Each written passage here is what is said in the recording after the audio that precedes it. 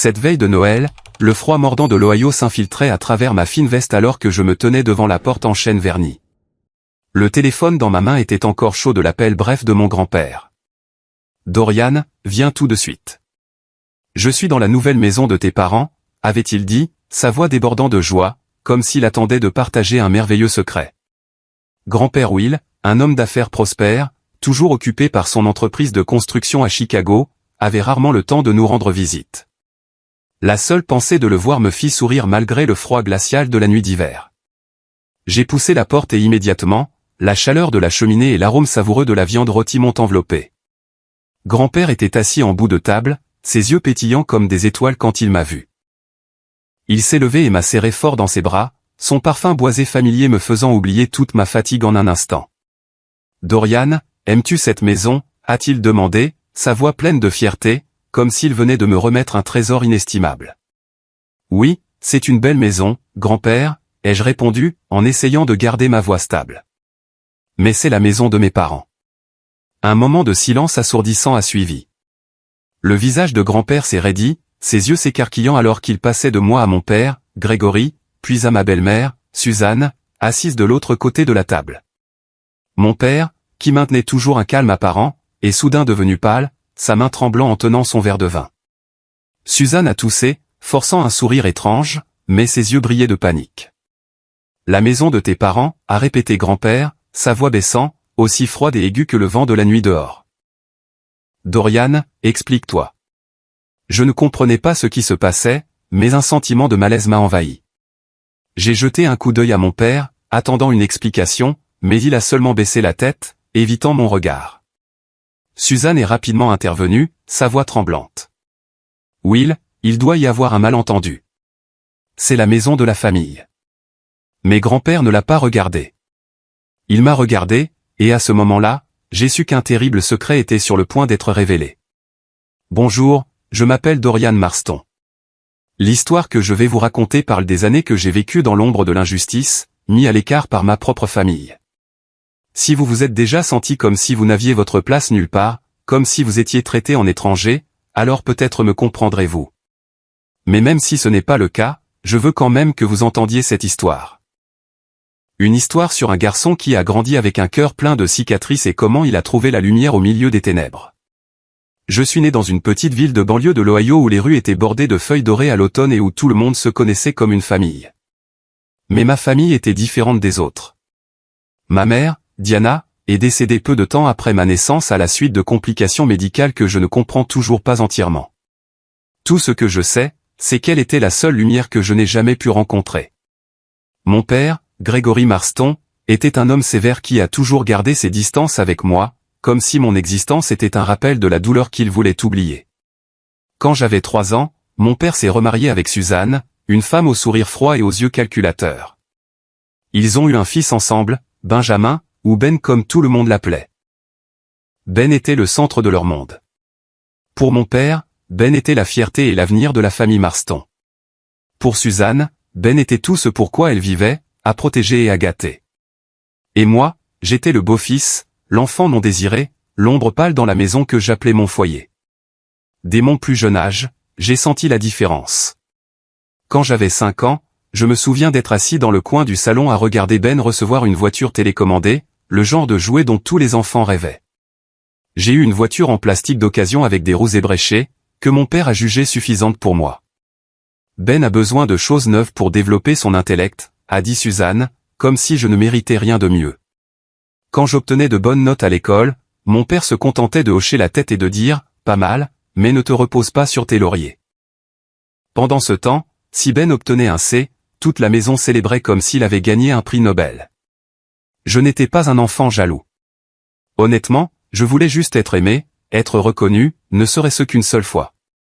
Mais au fil des jours, j'ai réalisé qu'aux yeux de mon père et de Suzanne, je n'étais jamais assez bon.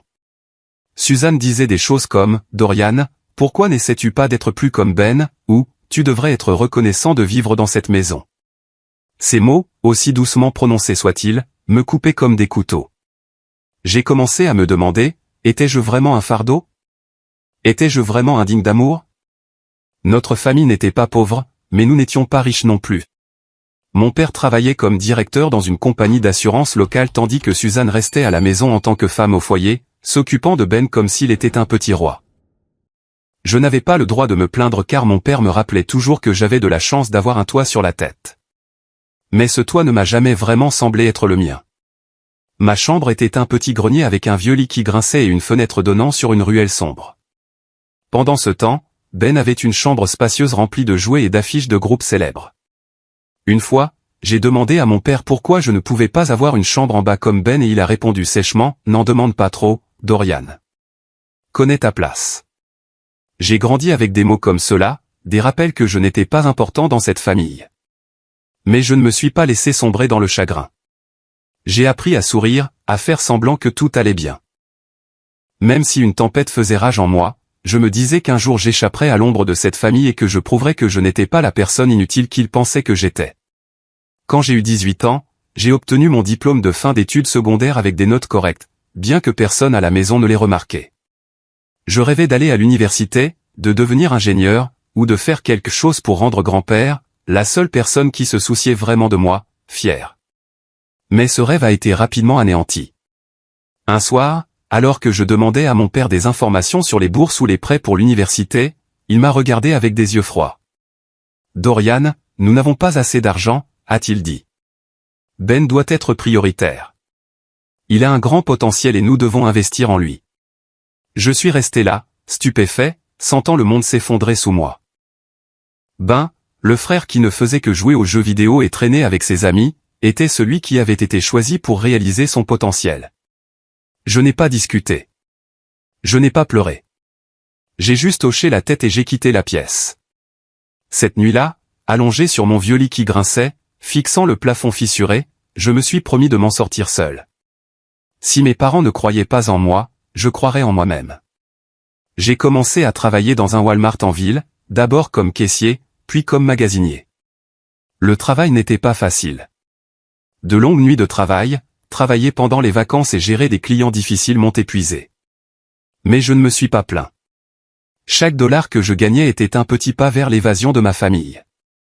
J'ai loué un petit appartement délabré avec des murs tachés et un robinet qui fuyait, mais au moins c'était le mien. Je n'avais plus à entendre les remarques désobligeantes de Suzanne ou à voir les regards déçus de mon père. Pendant ce temps, Ben était entièrement soutenu par nos parents. Il fréquentait une prestigieuse école privée, conduisait une voiture neuve que notre père avait achetée, et n'avait jamais à lever le petit doigt. Une fois, Suzanne est venue au magasin où je travaillais, m'a vu derrière le comptoir et a souri en coin. « Dorian, c'est ce que tu fais. Quel dommage. Ben n'aura jamais à faire un travail aussi subalterne. » J'ai serré les dents, forçant un sourire, mais à l'intérieur, je voulais crier « Pourquoi ? Pourquoi n'étais-je pas digne des mêmes opportunités que Ben ?» Ces années-là, j'ai vécu dans la solitude. Je n'avais pas beaucoup d'amis car je passais la plupart de mon temps à travailler et à économiser de l'argent. Mais je n'étais pas entièrement seul. Grand-père où il était le seul point lumineux dans ma vie. Il vivait à Chicago et dirigeait une grande entreprise de construction. C'était un homme de travail. De temps en temps, quand il avait le temps, il m'appelait. Ses appels étaient ma bouée de sauvetage. Il parlait de ses projets, me demandait des nouvelles de ma vie, et disait toujours « Dorian, tu es un jeune homme fort. Ne laisse personne te faire croire le contraire. » Je ne lui ai jamais dit comment mon père et Suzanne me traitaient. Je ne voulais pas qu'il s'inquiète. Et une partie de moi craignait que si je parlais, il me trouverait faible. Grand-père était le seul à me parler de ma mère. Il disait que Diana était une femme douce qui aimait les livres et rêvait d'un monde juste. Il se reprochait de ne pas avoir été là quand elle m'a mis au monde, car le travail l'avait retenu. Si j'avais été là, les choses auraient pu être différentes, disait-il, la voix étranglée. Je ne lui en voulais pas. Je souhaitais seulement avoir pu la rencontrer, ne serait-ce qu'une fois, pour savoir que j'avais été aimé. Au fil des années, je me suis habitué à ma vie indépendante. J'ai appris à réparer la plomberie de mon appartement, à cuisiner des repas simples et à empêcher mon cœur de se briser davantage. Mais au fond de moi, il y avait toujours un vide, le vide d'une famille que je n'avais jamais vraiment eue.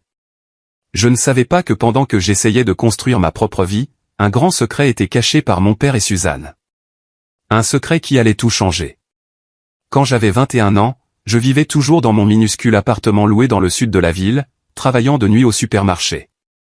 Les matins vides, les repas simples et le sommeil interrompu étaient devenus si routiniers qu'ils ne me semblaient plus inhabituels.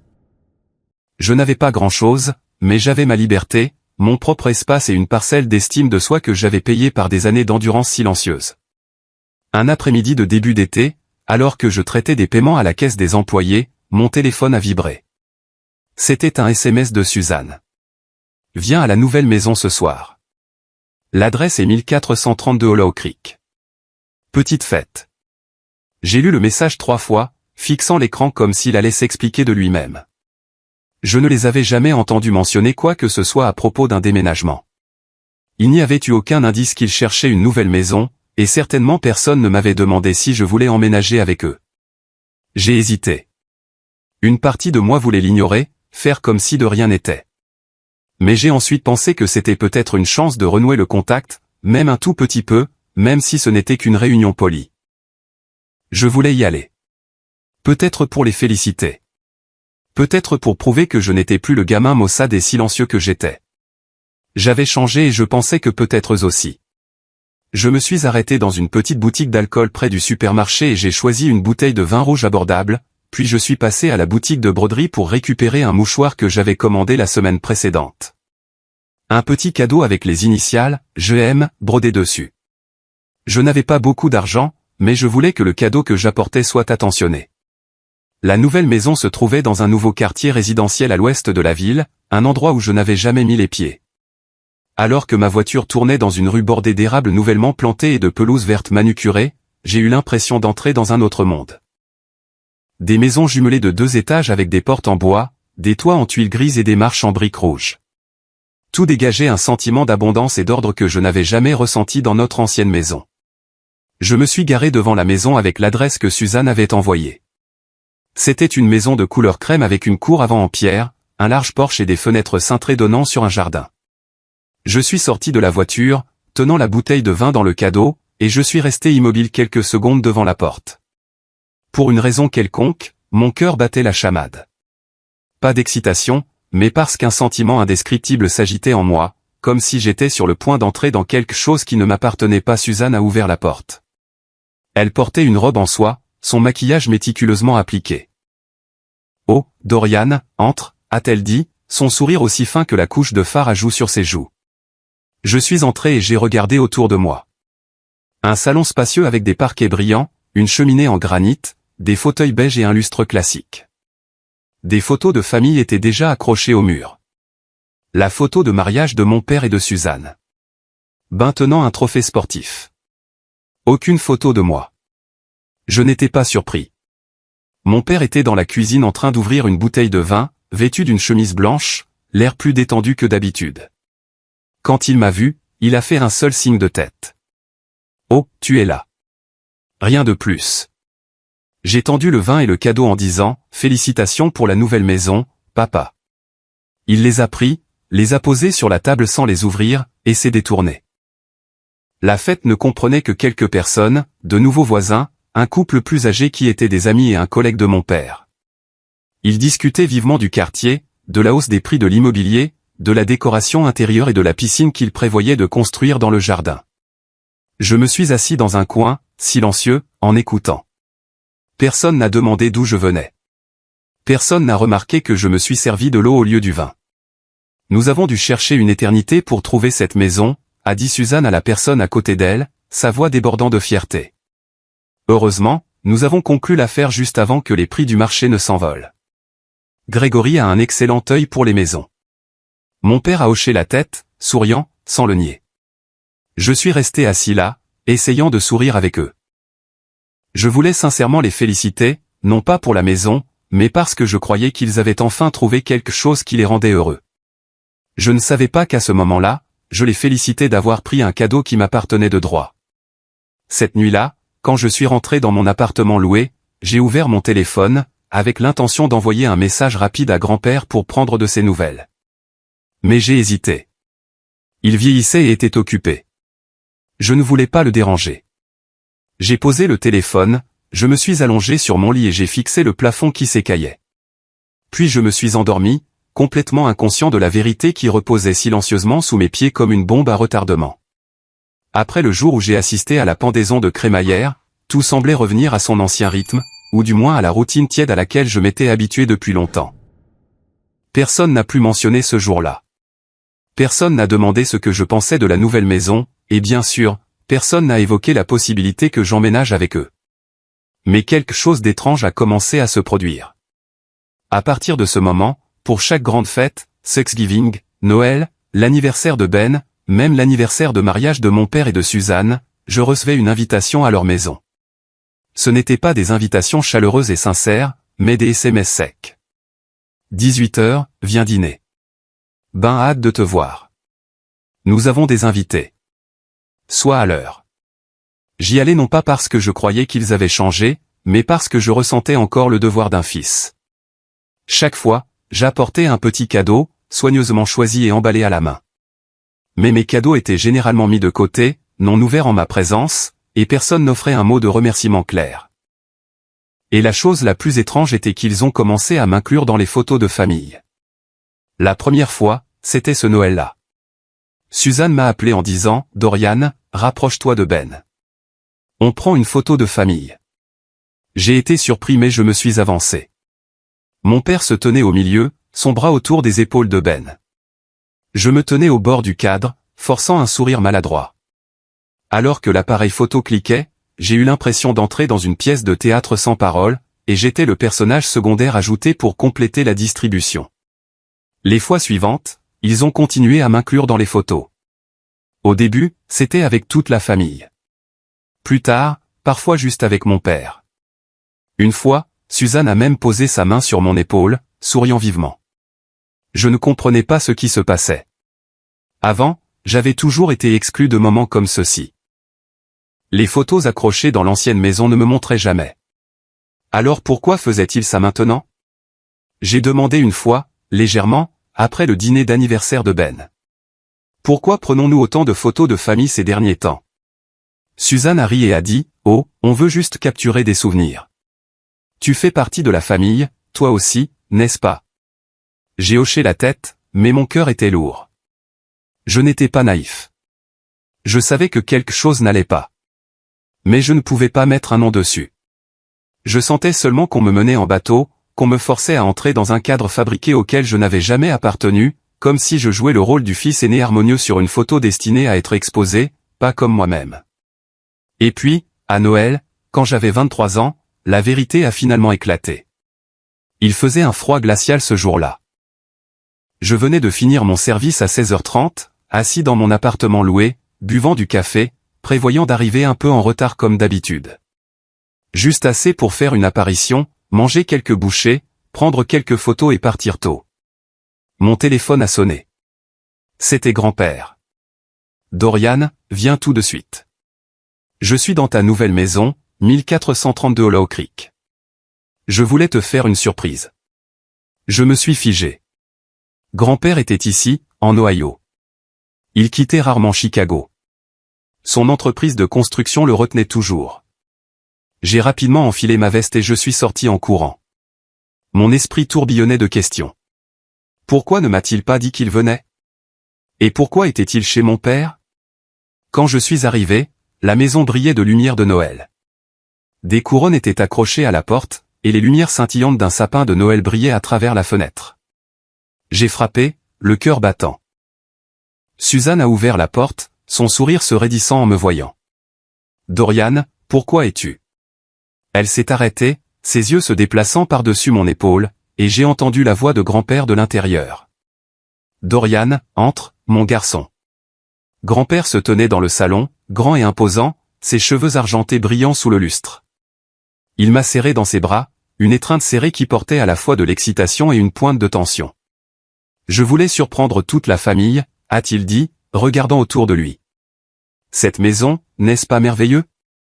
Es-tu heureux de vivre ici ?» J'ai hésité, une vague de malaise montant en moi. Je ne vis pas ici, grand-père. Je ne fais que rendre visite. Le visage de grand-père a changé. Son sourire a disparu et ses yeux se sont rétrécis, passant de moi à mon père, Grégory, qui se tenait près de la cheminée, un verre de vin à la main. Suzanne est rapidement intervenue, sa voix mielleuse. « Will, Il doit y avoir un malentendu. Dorian aime vivre de manière indépendante, n'est-ce pas, chérie? Elle m'a regardé, ses yeux me commandant pratiquement d'acquiescer. Mais grand-père ne l'a pas regardé. Il a fixé son regard sur moi, sa voix baissant. Dorian, dis-moi la vérité. Tu ne vis pas ici. J'ai pris une profonde inspiration, sentant le poids de toute la pièce peser sur mes épaules. Je vis dans un appartement loué, grand-père, dans le sud de la ville. Je le paie avec mon salaire de supermarché. Silence. Un silence lourd et suffocant, comme si l'air avait été aspiré de la pièce. Mon père a baissé la tête, sa main se resserrant sur son verre.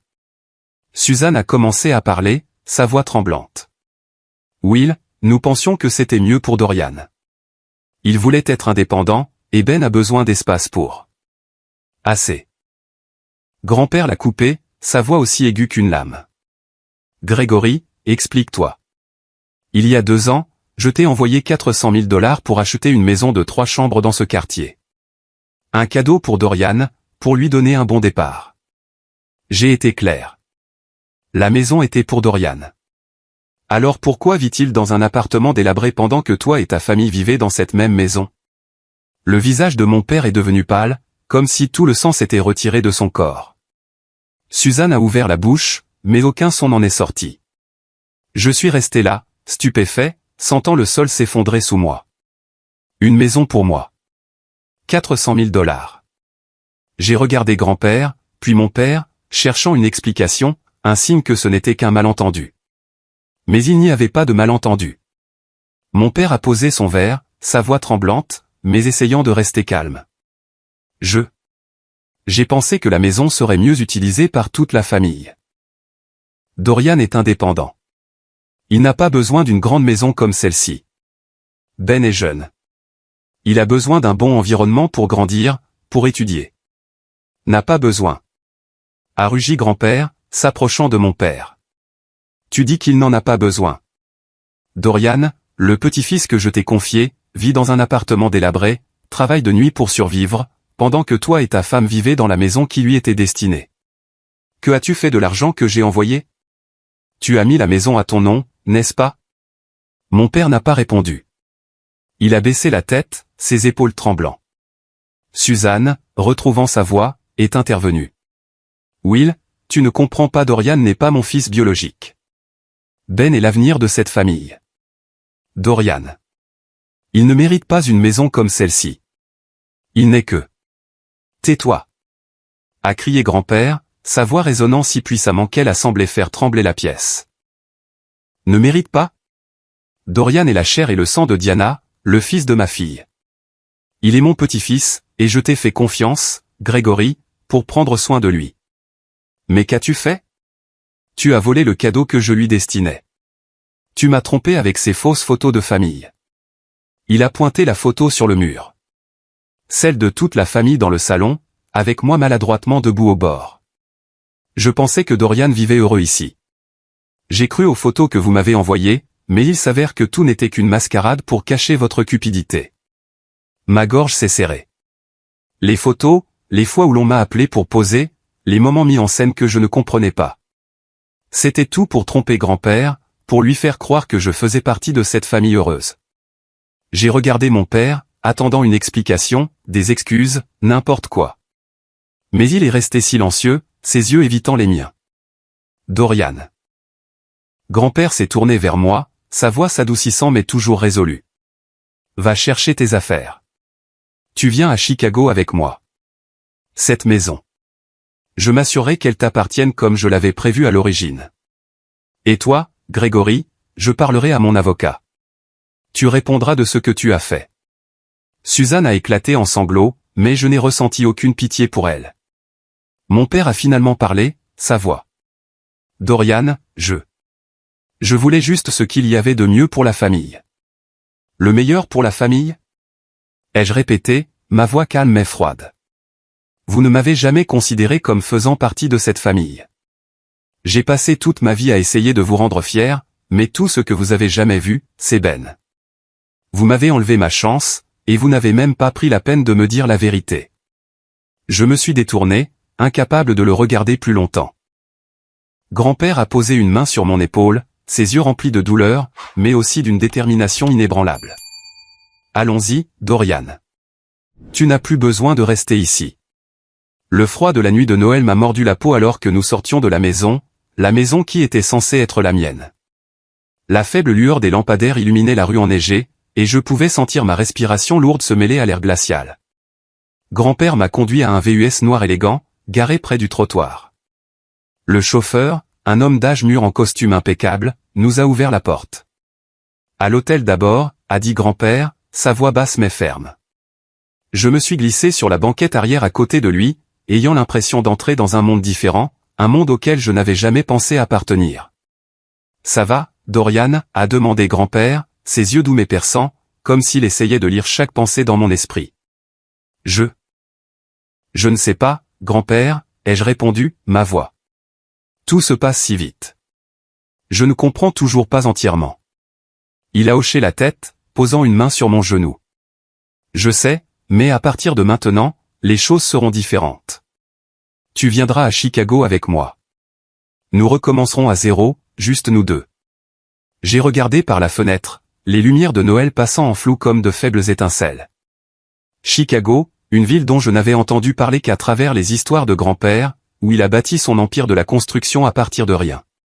Je n'y étais jamais allé, je n'avais jamais pensé en avoir l'occasion, mais maintenant c'était là que je recommencerais. Une nouvelle vie, une chance d'échapper à l'ombre de mon passé. Le lendemain matin, nous avons pris un vol matinal pour Chicago. J'étais assis près de la fenêtre, contemplant les champs enneigés sans fin en contrebas, ayant l'impression de laisser derrière moi un monde vieux et usé pour un rêve. Grand-père était assis à côté de moi, lisant tranquillement un journal économique. Mais de temps en temps, il me jetait un coup d'œil avec un sourire encourageant. Quand l'avion a atterri à l'aéroport O'Hare, un vent glacial de Chicago nous a accueillis. James, le chauffeur de grand-père, attendait avec le VUS familier.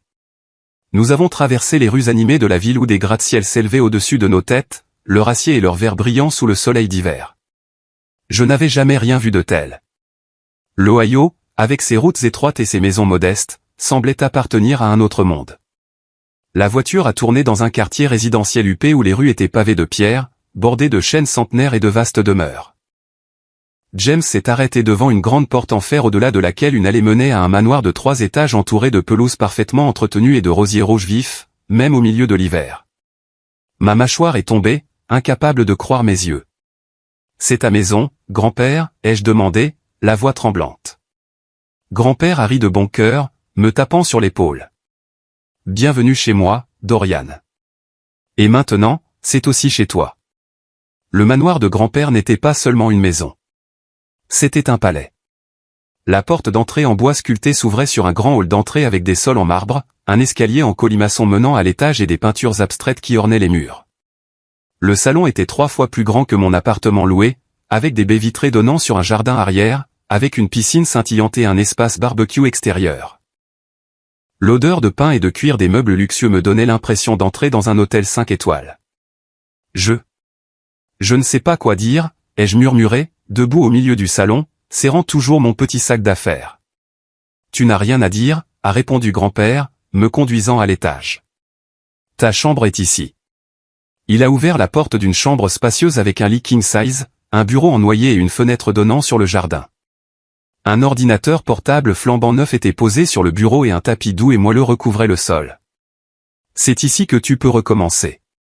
Sans pression, sans fardeau, juste un nouveau départ.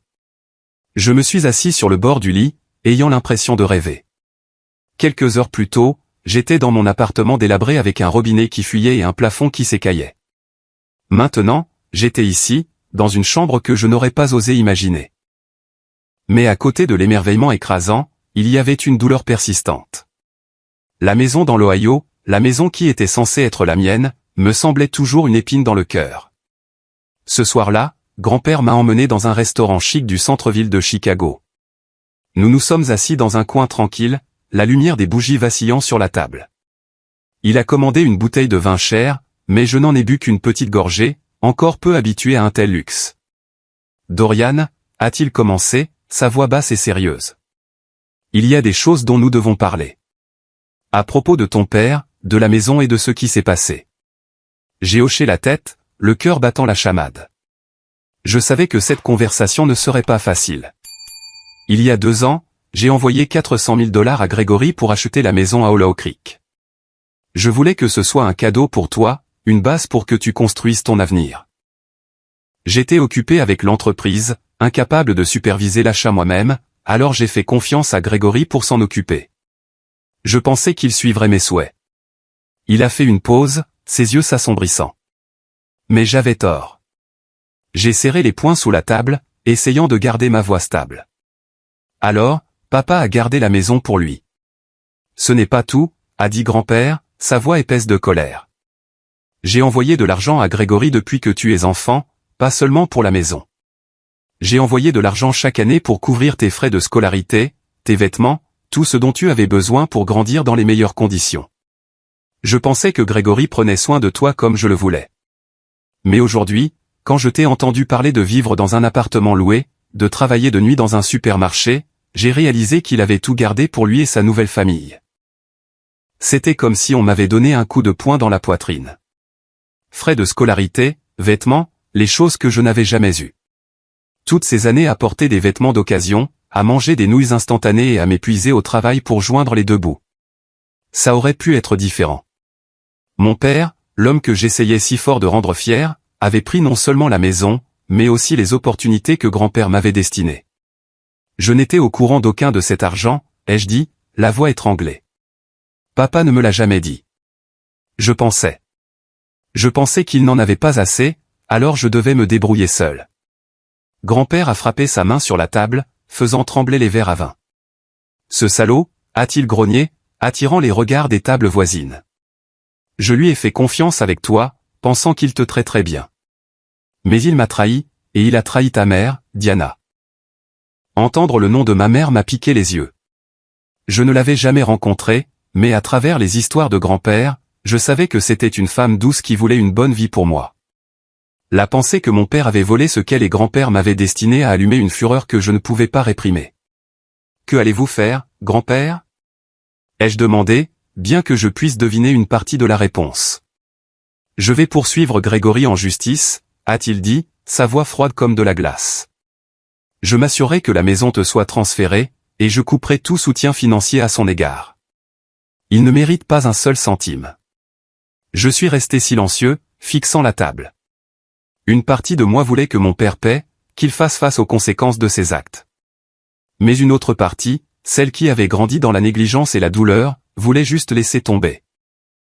J'étais fatigué de vivre dans le ressentiment. Je ne voulais pas que ma nouvelle vie à Chicago soit entachée de procès et de disputes. Grand-père, ai-je dit, ma voix douce mais ferme. Ne le poursuis pas. Je sais que tu es en colère, et moi aussi. Mais c'est déjà arrivé. Je ne veux pas faire traîner ça. Couper son soutien financier suffit à leur faire réaliser qu'ils ne peuvent pas continuer à profiter de toi. Je veux juste recommencer à zéro ici, avec toi. Grand-père m'a regardé, ses yeux s'adoucissant, bien que je puisse encore y voir de la douleur. Es-tu sûr, Dorian ? Tu as tout à fait le droit de réclamer ce qui t'appartient. Je suis sûr, ai-je répondu. Cette maison, elle n'a plus d'importance. Je veux construire mon avenir, pas vivre pour réparer le passé. Il a hoché la tête lentement, posant une main sur mon épaule. Tu es plus fort que je ne le pensais, Dorian. Ta mère serait fière de toi. Les semaines qui ont suivi à Chicago ont été un voyage émotionnel. J'ai emménagé de façon permanente dans le manoir de grand-père, et chaque jour, j'avais l'impression d'apprendre à revivre à partir de zéro. Grand-père ne m'a pas seulement donné un foyer. Il m'a donné une chance de me redécouvrir. Il m'a emmené visiter son entreprise de construction, un bâtiment moderne du centre-ville de Chicago avec des bureaux lumineux et une équipe d'employés affairés. Il m'a présenté à tout le monde comme le petit-fils de Will Marston. Et pour la première fois, je me suis senti reconnu, considéré comme une personne de valeur. Voudrais-tu essayer de travailler ici ? A-t-il demandé un jour alors que nous surplombions un chantier de construction en banlieue. Tu n'as pas à faire de grandes choses tout de suite. Tu peux commencer par de petits projets. Apprendre au fur et à mesure. J'ai hésité. Je ne m'étais jamais imaginé travailler dans la construction avec ses plans techniques et ses chiffres complexes. Mais la confiance dans les yeux de grand-père m'a donné envie d'essayer. Je vais essayer, grand-père, ai-je dit. Mais je ne peux pas promettre d'être bon tout de suite. Il a ri de bon cœur. Personne n'est bon dès le début, Dorian. Mais tu as du cœur et de la détermination. C'est tout ce dont j'ai besoin. J'ai commencé à travailler dans son entreprise, d'abord comme assistant au département de la planification, organisant des documents et suivant l'avancement des projets. Le travail n'était pas facile, mais chaque jour, j'apprenais à lire des plans, à comprendre les processus de construction, et j'ai même commencé à apporter des idées lors des réunions. Mes collègues, qui au début ne me connaissaient que comme le petit-fils du patron, m'ont progressivement regardé avec respect. Ils m'ont vu travailler dur, rester tard pour terminer les tâches, et refuser de compter sur grand-père pour un traitement de faveur. En dehors du travail, j'ai commencé à explorer Chicago. J'ai parcouru ses rues animées, visité des musées et passé des heures dans des cafés, lisant des livres ou simplement regardant les gens passer. Pour la première fois de ma vie, j'ai eu l'impression d'avoir le temps de respirer, de rêver, de devenir une meilleure version de moi-même. Bien que la vie à Chicago m'ait donné de l'espoir, les cicatrices de mon passé ne se sont pas effacées facilement. Certaines nuits, je m'allongeais dans le lit confortable de ma nouvelle chambre, mais je rêvais de mon ancien appartement loué, entendant la voix moqueuse de Suzanne ou voyant le regard froid de mon père. Je me demandais si je méritais vraiment cette vie ou si tout n'était qu'un rêve qui allait s'évanouir. Grand-père a remarqué quand je suis devenu silencieux. Un soir, alors que nous étions assis près de la cheminée, il m'a tendu une vieille photo encadrée. C'était ma mère, Diana, souriant vivement, tenant un petit chien. « Ta mère a toujours voulu que tu sois heureux », a-t-il dit. Je n'ai pas pu être là pour elle quand elle avait le plus besoin de moi. Mais je ne laisserai pas cela se produire avec toi. J'ai tenu le cadre, des larmes coulant silencieusement. J'aurais aimé la rencontrer, ai-je murmuré. Tu lui ressembles plus que tu ne le penses, a-t-il dit. Elle était forte mais douce. Tu as son cœur. Ces mots ont été comme un baume cicatrisant. J'ai commencé à tenir un journal, y consignant mes pensées, mes rêves et même ma douleur. Je ne voulais plus fuir mon passé. Je voulais y faire face, le comprendre, et le laisser me rendre plus fort. Un matin, environ 3 mois après avoir déménagé à Chicago, j'ai reçu une lettre de l'Ohio. L'enveloppe n'avait pas de nom d'expéditeur, mais l'écriture familière m'a serré le cœur. C'était de mon père. Je l'ai ouverte, les mains tremblantes. À l'intérieur se trouvait une seule feuille de papier avec 2 courtes lignes manuscrites. Dorian, je sais que je n'ai pas le droit d'écrire cette lettre. Ce que j'ai fait est impardonnable. J'ai eu tort de garder la maison, de garder l'argent que ton grand-père t'avait envoyé. J'ai laissé la douleur de perdre ta mère me transformer en un père terrible. Je n'attends pas ton pardon, mais je veux que tu saches que je le regrette. Suzanne et Ben ont quitté la maison. Je suis en train de te transférer la propriété comme ton grand-père l'avait prévu. J'espère qu'un jour tu pourras me regarder sans y voir de la déception. Grégory. J'ai lu la lettre 3 fois. Mes émotions, un mélange de colère, de douleur et d'un léger sentiment de soulagement. Je ne savais pas si je pouvais lui pardonner. Les années d'abandon, d'être traité comme un étranger, ne pouvaient pas être effacées par une seule lettre. Mais je savais que je ne voulais pas porter de ressentiment pour toujours. J'ai montré la lettre à grand-père. Il l'a lue en silence pendant un long moment, puis a dit, « C'est ta décision, Dorian. Si tu veux prendre la maison, je t'aiderai. Sinon, je respecterai ton choix. » J'ai pensé à la maison de Hollow Creek avec sa pelouse verte et sa cheminée chaleureuse. C'était autrefois mon rêve, mais maintenant je n'en avais plus besoin pour me sentir digne. Je ne veux pas de la maison, grand-père, ai-je dit. Je veux la vendre et utiliser l'argent pour aller à l'université. Je veux devenir ingénieur comme j'en ai toujours rêvé. Grand-père a souri, ses yeux pétillants de fierté. Voilà mon petit-fils. Je me suis inscrit à une université de Chicago, en génie civil. Avec le soutien de grand-père et l'argent de la vente de la maison, j'ai commencé le parcours éducatif que je pensais autrefois impossible. Les premiers jours à l'école n'ont pas été faciles. J'étais plus âgé que la plupart de mes camarades de classe, et les concepts techniques complexes me faisaient veiller tard pour étudier. Mais je n'ai pas abandonné. Chaque fois que j'avais envie d'arrêter, je pensais à ma mère, à grand-père, et à la promesse que je m'étais faite. Je ne laisserai pas mon passé définir mon avenir. À Chicago, j'ai aussi trouvé de nouveaux amis, des gens qui ne connaissaient pas mon passé, mais qui m'appréciaient pour qui j'étais. J'ai rejoint un club d'ingénierie où j'ai rencontré Emma, une fille intelligente avec un sourire radieux qui me taquinait sur mon habitude de prendre des notes détaillées. Pour la première fois, j'ai eu l'impression d'avoir une communauté, un endroit où j'avais ma place. Grand-père est resté mon plus grand point d'ancrage. Il n'était pas seulement un guide, mais un ami, me rappelant toujours que j'étais plus fort que je ne le pensais. Certains soirs, nous nous asseyions près de la cheminée, partageant des histoires sur ma mère, sur les jours où il a bâti son entreprise, et sur mes rêves. La maison dans l'Ohio a été vendue et l'argent a été déposé sur mon compte pour les frais de scolarité. Mon père ne m'a plus contacté, et je ne l'ai pas contacté non plus. Peut-être qu'un jour je serai prêt à parler, à pardonner, mais pour l'instant, je voulais me concentrer sur le présent, sur ce que je pouvais construire. 2 années se sont écoulées depuis cette nuit de Noël fatidique où la vérité sur la maison et l'argent de grand-père a été révélée. Chicago est devenue ma maison, non seulement à cause de ses rues animées ou de ses gratte-ciel imposants, mais parce que c'est là que je me suis trouvé. Je suis en 2e année d'université, en génie civil. Et chaque jour, je me sens plus proche de mon rêve de devenir ingénieur, un rêve que mon père a autrefois écrasé sous prétexte de manque d'argent. J'ai trouvé une communauté d'amis, un but clair, et surtout, le sentiment que je mérite ce que j'ai accompli. Mais pendant que je construisais ma nouvelle vie à Chicago, dans l'Ohio, la famille de mon père, Gregory, Suzanne et Ben, s'effondrait. Je ne savais pas grand-chose d'eux au cours des 2 dernières années, à l'exception de quelques rumeurs d'anciennes connaissances en ville. Ils disaient que mon père avait perdu son emploi à la compagnie d'assurance, que Suzanne n'organisait plus de fêtes somptueuses, et que Ben, la fierté de la famille Marston, avait abandonné l'université après seulement un semestre. Je ne m'y suis pas attardé. Le passé était le passé, et j'avais appris à ne pas le laisser me tirer en arrière.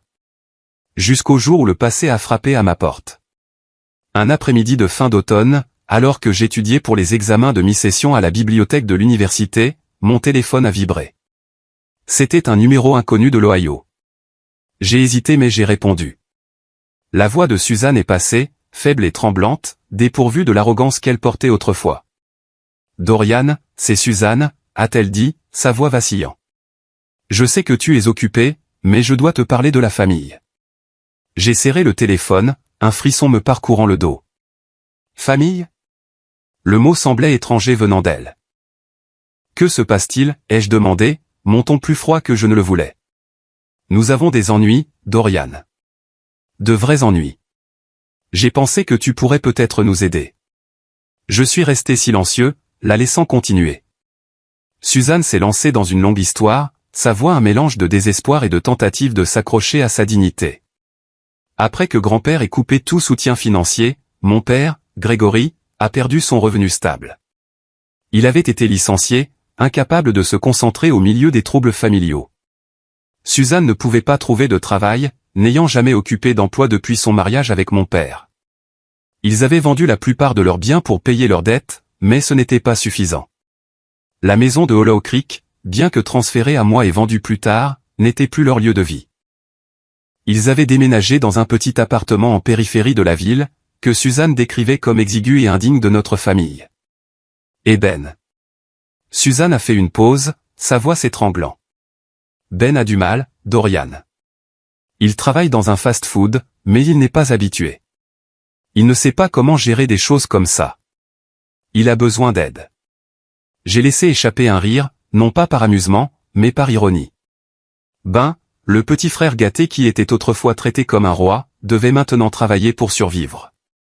Ben, qui avait une voiture neuve, une chambre pleine de jouets, et qui n'avait jamais à se soucier de l'argent, luttait maintenant dans un travail que j'avais fait depuis mes 18 ans. J'ai ressenti un sentiment de satisfaction fugace, mais il a été rapidement remplacé par un vide. « Suzanne » ai-je dit, ma voix calme mais ferme. « Tu m'appelles pour de l'aide après tout ce qui s'est passé. Après que papa a pris ma maison, après que tu as dit que je ne la méritais pas. Tu penses que j'oublierai les années où j'ai été traité comme un étranger, comme un fardeau ?» Suzanne est restée silencieuse un instant, puis a parlé, sa voix presque un murmure. « Dorian, je sais que nous avons eu tort, mais nous sommes une famille. Ben est ton frère. Tu ne peux pas tourner le dos à ta famille. » « Famille » ai-je répété, ma voix empreinte d'amertume. « Toi et papa ne m'avez jamais traité comme une famille. Vous avez dit que je n'étais pas digne. Papa a pris non seulement la maison, mais l'argent que grand-père a envoyé pour mes études, pour ma vie. Et maintenant, tu veux que j'aide Ben, celui qui a toujours été favorisé par rapport à moi. Non, Suzanne. Laisse Ben apprendre à se débrouiller seul comme j'ai dû le faire. Laisse ta famille s'en sortir. Je ne vous dois rien. J'ai raccroché, mes mains serrant toujours le téléphone, mon cœur battant la chamade. Les paroles de Suzanne résonnaient dans mon esprit. Famille. Ben a besoin d'aide. Mais ces mots n'avaient plus le pouvoir de m'influencer. Pas après tout ce qu'ils avaient fait. Au cours des 2 dernières années, je n'avais pas eu de nouvelles directes de mon père, de Suzanne ou de Ben. Des bribes de ragots de l'Ohio me parvenaient par d'anciennes connaissances, mais je ne les ai pas recherchées. J'étais occupé par ma nouvelle vie à Chicago, mes cours, mes projets à l'entreprise de grand-père, et mes soirées passées à discuter avec Emma, mon amie de plus en plus proche. Mais ces rumeurs, bien que j'ai essayé de les ignorer, se sont insinuées comme des rafales froides du passé. Mon père, Grégory, avait autrefois été un homme confiant, maintenant toujours une présence calme et autoritaire dans la famille. Il travaillait à la compagnie d'assurance avec un salaire qui assurait un style de vie confortable à Suzanne et Ben. Mais après cette nuit de Noël il y a 2 ans, lorsque grand-père a coupé tout soutien financier, tout a commencé à s'effondrer. Son entreprise a été confrontée à des difficultés de marché et lui, distrait par les tensions familiales, n'a pas pu conserver son poste de direction. Il a été licencié 6 mois après l'incident et n'a pas trouvé de travail stable depuis. Les économies qu'il avait accumulées grâce à l'argent de grand-père, de l'argent qui m'était destiné, avaient été dilapidées en produits de luxe.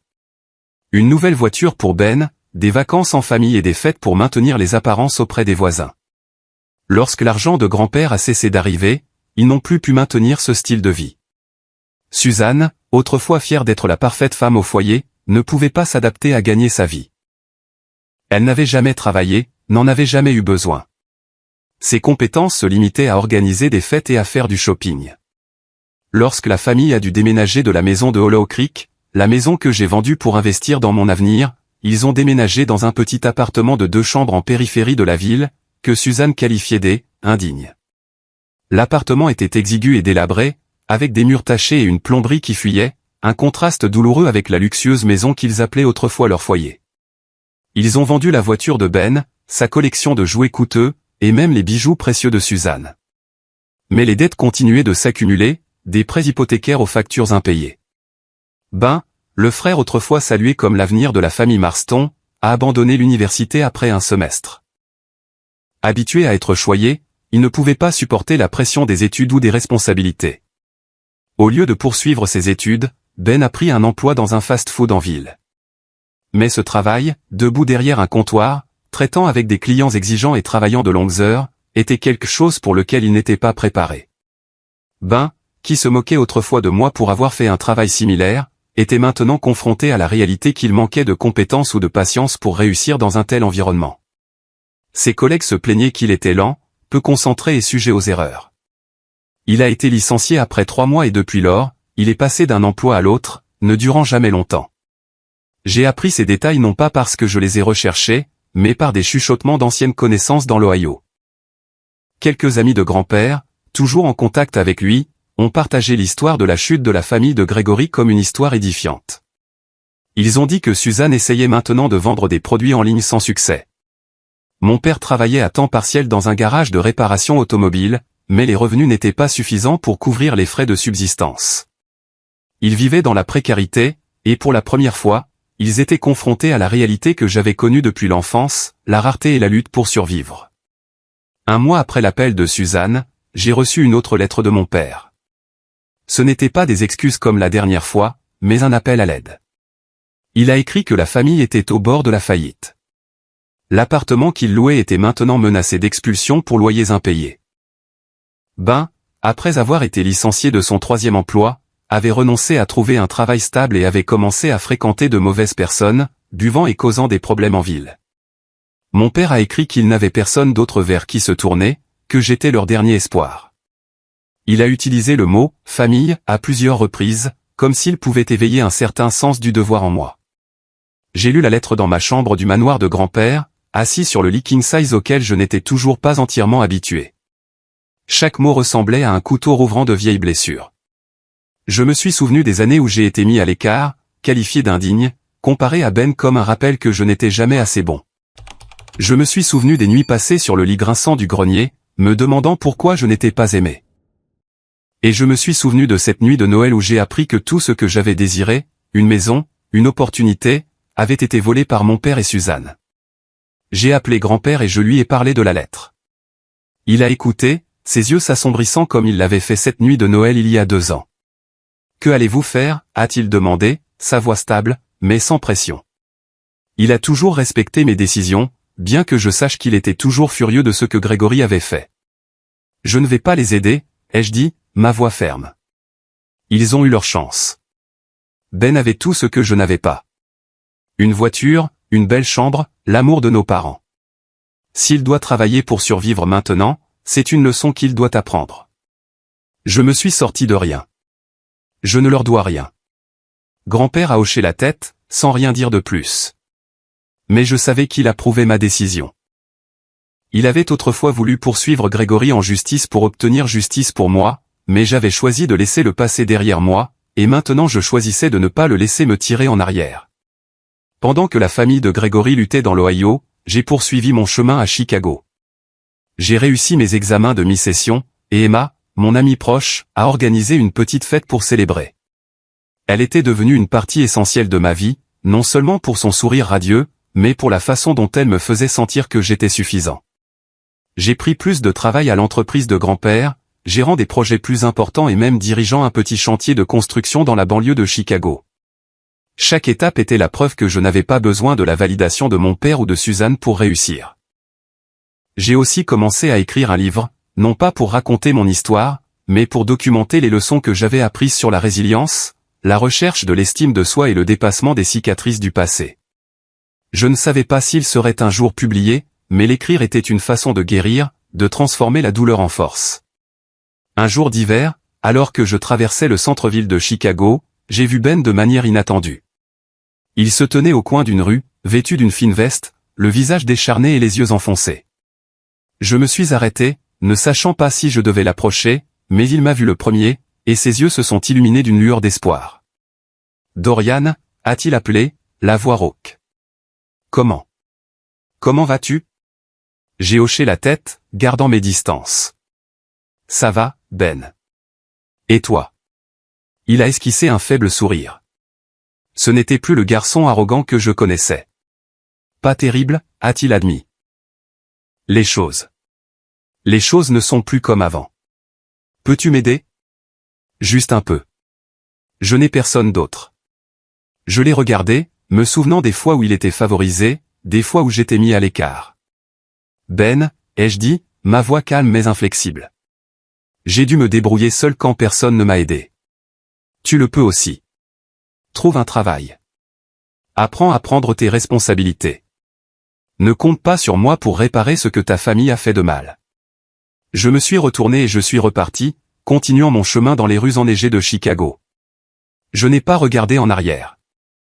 Non pas parce que je ne m'en souciais pas, mais parce que je m'étais choisi.